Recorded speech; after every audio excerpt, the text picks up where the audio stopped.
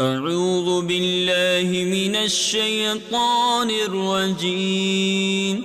بسم الله الرحمن الرحيم. فلما سمعت بمكرهن أرسلت إليهن وأعتدت لهن متكأ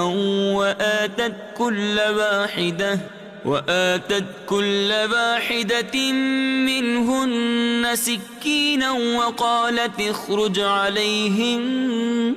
فلما رأينه أكبرنه وقطعن أيديهن وقلن حاش لله ما هذا بشرا إن هذا إلا ملك كريم. قالت فذلكن الذي لمتنني فيه ولقد راودته عن نفسه فاستعصم ولئن لم يفعل ما آمره ليسجنن وليكون من الصاغرين.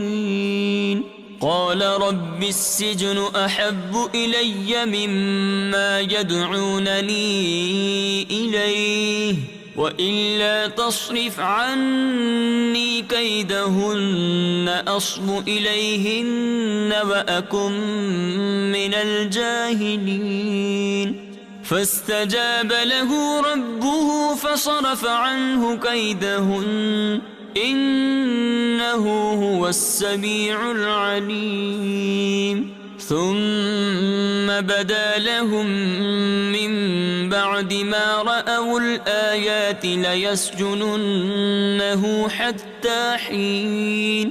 ودخل معه السجن فتيان قال أحدهما إني أراني أعصر خمرا وقال الآخر إني أراني أحمل فوق رأسي خبزا تأكل الطير منه نبئنا بتأويله إنا نراك من المحسنين.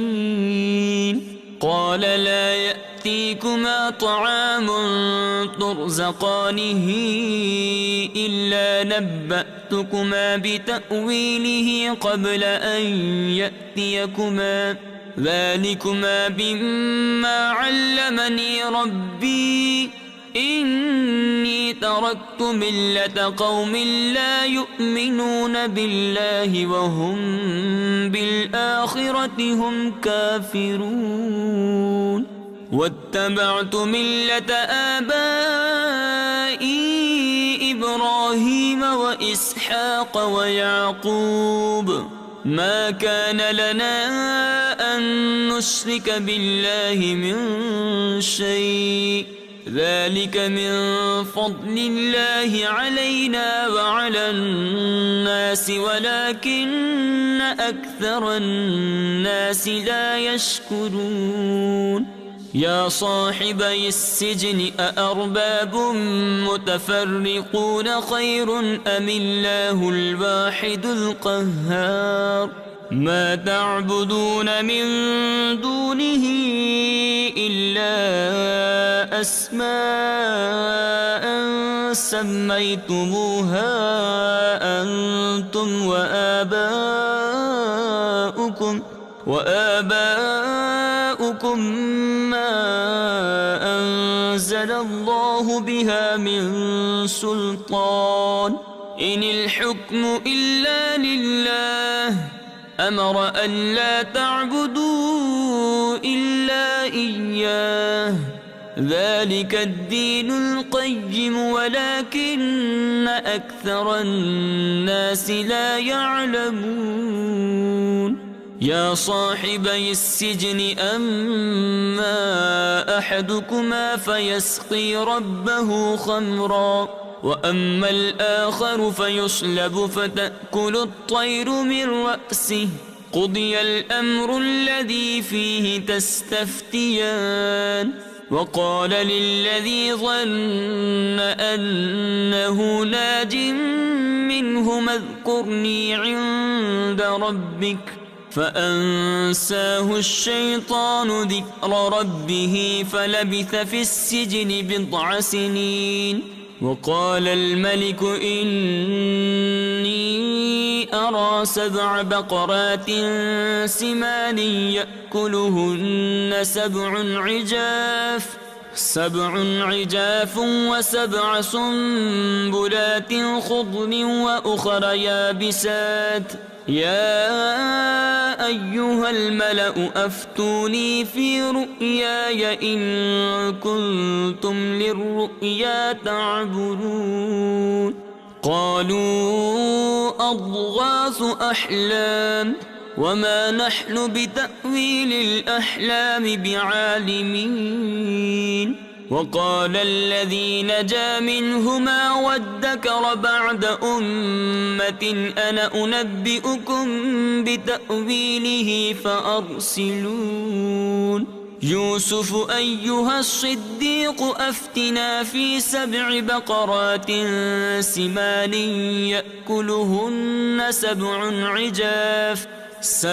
عجاف و7 سنبلات خضر وأخر يابسات لعلي أرجع إلى الناس لعلهم يعلمون. قال تزرعون 7 سنين دأبا فما حصدتم فذروه في سنبله إلا قليلا مما تأكلون. ثم يأتي من بعد ذلك 7 شداد يأكل ما قدمتم لهن إلا قليلا مما تحصنون. ثم يأتي من بعد ذلك عام فيه يغاث الناس وفيه يعصرون.